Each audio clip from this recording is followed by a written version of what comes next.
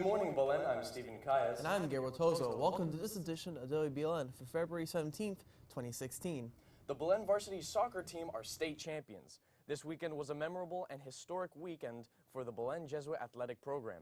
The varsity soccer team swept the state competition, winning the first state championship for the school. In the sport, the Wolverines traveled to Melbourne to take on Gulf Coast. The Wolverines scored early in the first half thanks to senior Joseph Fuentes and scored 4 more goals in the second half. Frankie de la Cámara had a hat trick and Tavish Rice added a goal of his own. The Wolverines won 5-2. Congrats to the entire team. Fan shirts for the soccer team will be on sale in the bookstore for $5. Cash or check only, please. Speaking about awards, the statistics team of David Fager, Andres Concepcion, Kevin Gonzalez, and Nicolas Garcia earned 3rd place in the regional Mu Alpha Theta competition that was held on Saturday, February 13th at Ferguson High School.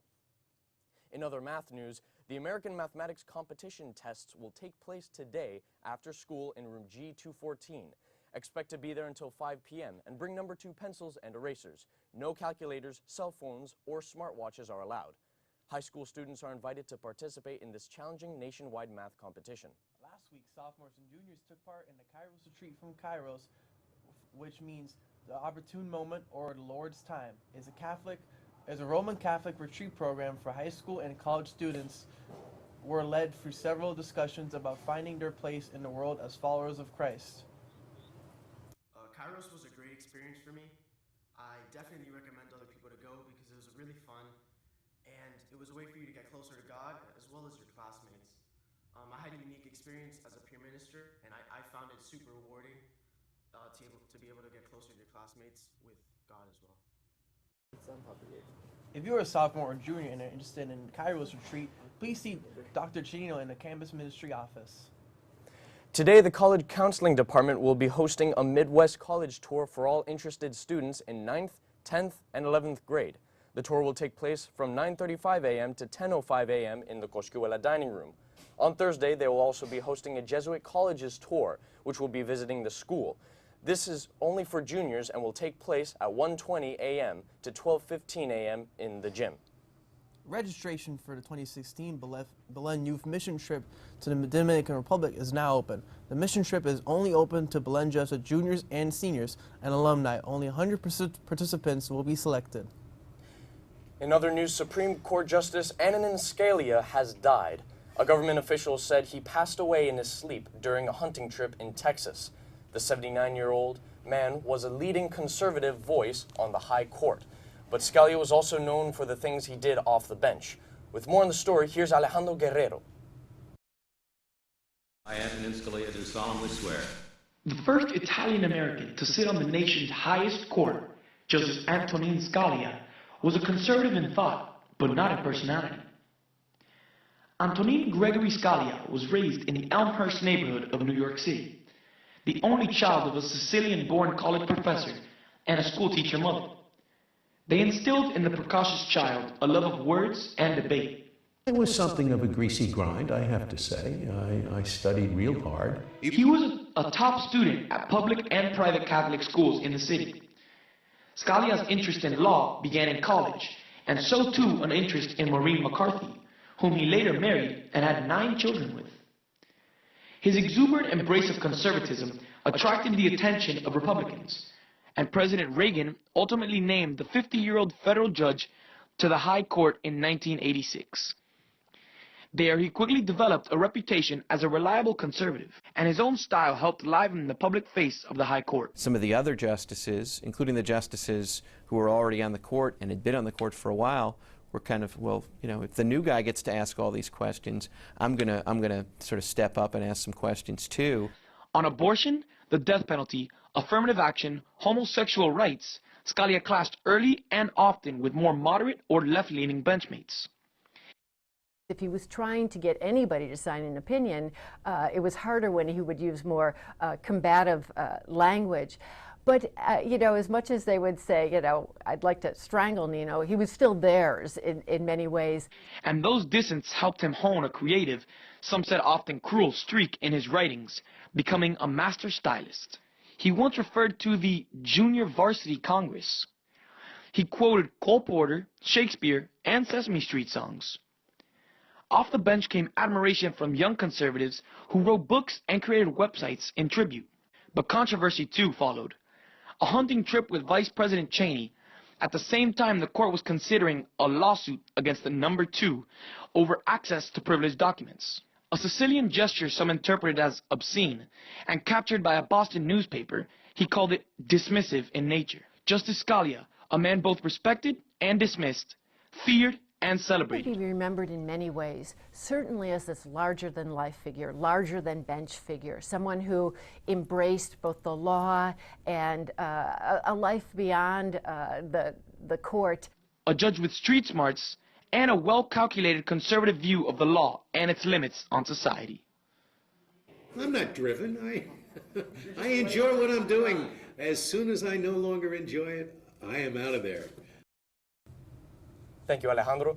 The passing of Supreme Court Justice Antonin Scalia has sparked a fierce election year battle over whether or not President Barack Obama should appoint a successor within hours of the announcement that the conservative justice had died. Republican and Democratic leaders in Washington were feuding over who should choose Scalia's successor, but President Obama says he has every intention of choosing a nominee to replace the late Antonin Scalia. That's despite Republican vows to delay or even block outright the nominee. But it won't happen this week. The U.S. Senate, which must approve the nominee, is in recess. The White House says President Obama will announce his selection when the senators return. The Senate is in recess until February 22nd. Pope Francis visited Mexico this past weekend and immediately addressed the harm that the drug cartels are causing the country. The Pope told Mexican church officials, "I beg you to not underestimate the moral and antisocial challenge which drug trade represents for Mexican society as a whole, as well as for the church." Pope Francis greatly stressed that all life should be valued and respected, not just the wealthy few. As of yesterday, U.S. airlines can apply for more air routes to the Caribbean destination, as many as 100 flights a day. That's a big jump from the current 10 to 15 daily charter flights from the U.S. Airlines have 15 days to submit proposals to the Transportation Department. Scheduled flights could begin as early as the fall. The Obama administration is also allowing the U.S. company to build a factory in Cuba. The Alabama-based company Selber LLC builds tractor for small farms. It will be the first American factory to build and operate in Cuba in more than 50 years.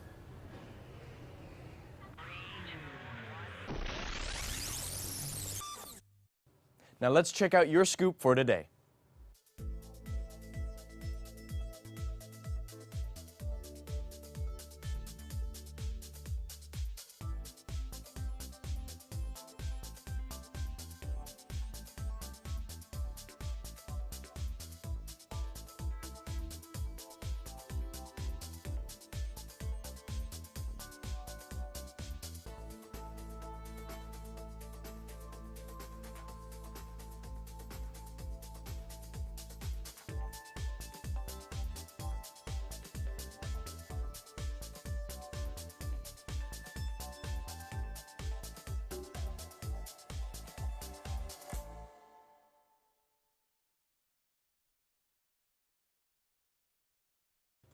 Now stay tuned as we bring you weather and sports right after these messages.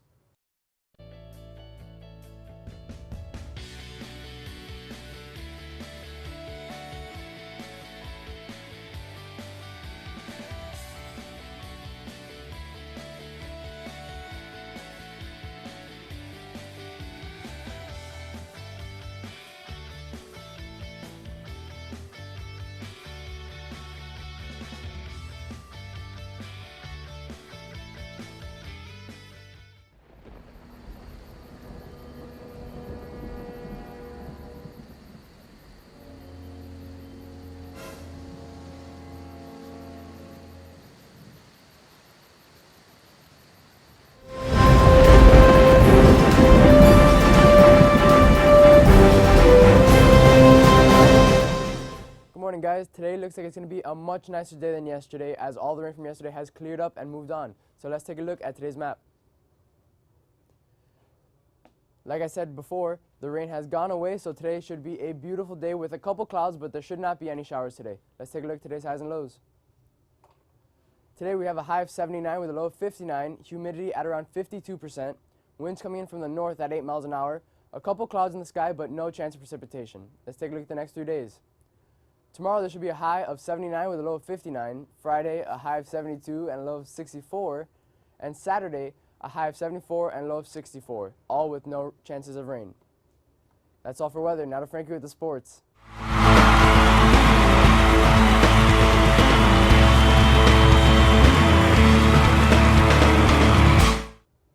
The varsity baseball team went up against Coral Springs in a doubleheader over the weekend. First game, Belen won by the score of 7-1, and in game 2, Coral Springs Charter came out with the W by the score of 3-1. The varsity track and field team began the season with a victory at the Father Luis Ripoll Relays. The Wolverines scored 76 points to finish ahead of 15 schools.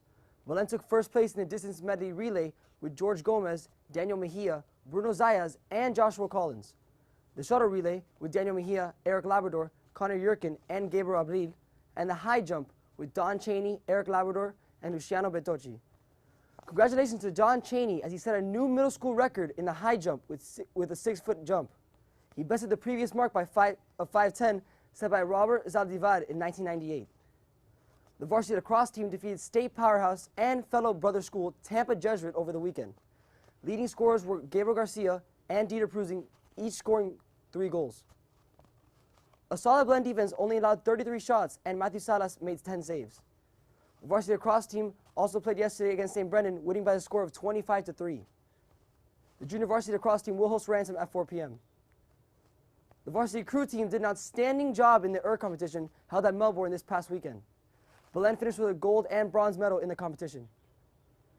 The water polo team kicked off their 2016 season with a match against Coral Gables Senior High School at the Ransom Pool yesterday.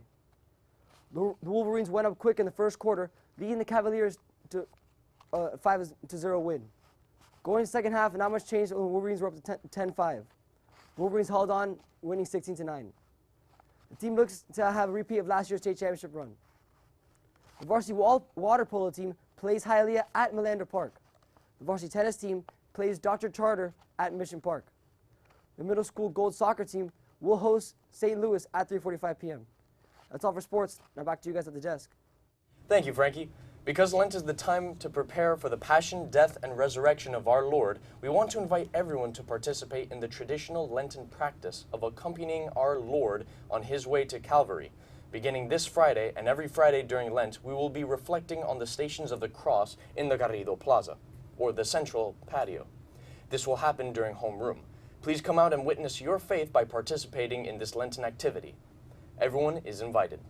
Be sure to follow us on YouTube, Twitter, and Facebook for all the latest news and pictures. I'm Stephen Calles. And I'm Gabriel Toso. From everyone here at WBLN, have a wonderful day and stay golden, Wolverines.